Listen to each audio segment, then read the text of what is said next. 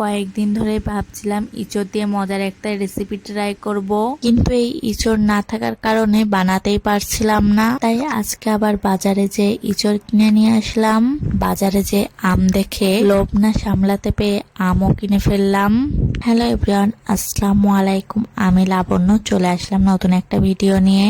আজকে একদম ঝলমলে রৌদ্র উঠেছিল আর আকাশটাও না দেখতে ভীষণ সুন্দর ছিল।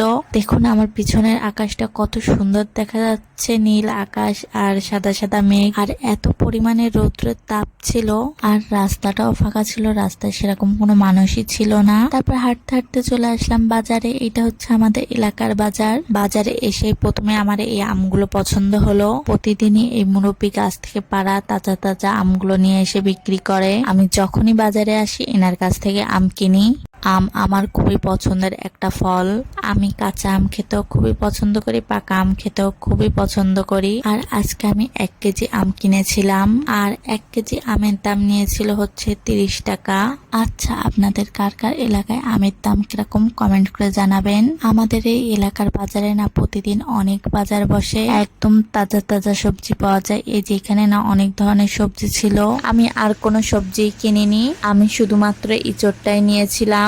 এখানে প্রায় 1 কেজি ইঁচড় ছিল। আজকের রান্নায় এতটা ইঁচড় লাগবে না, তাই আমি দোকানদারকে বললাম আমাকে অর্ধেকটা দিতে।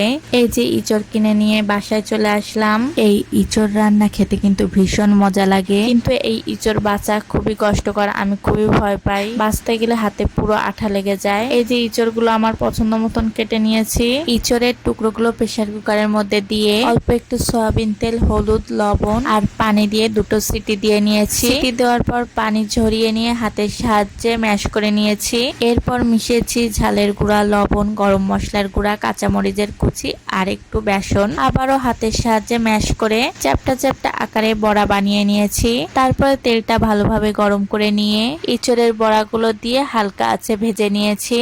আর এখন এই বড়াগুলো আমি ভুনা করব। তার জন্য এখানে আমি 2টা পেঁয়াজ, কিছু গোটা শুকনো মরিচ, 4-5টা কাঠবাদাম, 2টা টমেটো দিয়ে আমি একটা মশলা বানিয়ে নিয়েছি। আর সেই মশলাটাই আমি তেলের উপর দিয়ে ভালোভাবে কষিয়ে পানি দিয়ে দিলাম। পানি শুকিয়ে মশলাটা এরকম তেল উঠে যাওয়ার পর ভেজে রাখা ইঁচড়ের বড়াগুলো দিয়ে দিলাম। তারপর অল্প একটু পানি দিয়ে হালকা আছে 5 মিনিট রান্না করে নিলেই কিন্তু ইঁচড়ের কোফতাকারি তৈরি। এই ইঁচড়ের কোফতাকারিটা কিন্তু প্রথম বানালাম আর খেতেও কিন্তু ভীষণ মজা হয়েছিল। তারপরে সন্ধ্যা হয়ে গেলে মেয়েকে নিয়ে একটু পড়তে বসাই। ওর যেহেতু এক্সাম চলছে, ও পড়ছিল, আমি এইদিকে ওর এই কাজগুলো করে দিচ্ছিলাম। ওর পরের দিন ছিল চারুকলা পরীক্ষা, তাই বাড়ির থেকে কিছু হ্যান্ডমেড জিনিস বানিয়ে নিয়ে যেতে হয়। তাই আমি ওকে এই গাছটা বানিয়ে দিয়েছিলাম। হাতে বানানো এই জিনিসগুলো না দেখতে অনেক সুন্দর হয়। আজকে আমার ভিডিওটা এই পর্যন্তই। সবাই ভালো থাকবেন, সুস্থ থাকবেন। দেখা হবে নেক্সট ভিডিওতে। আল্লাহ হাফেজ।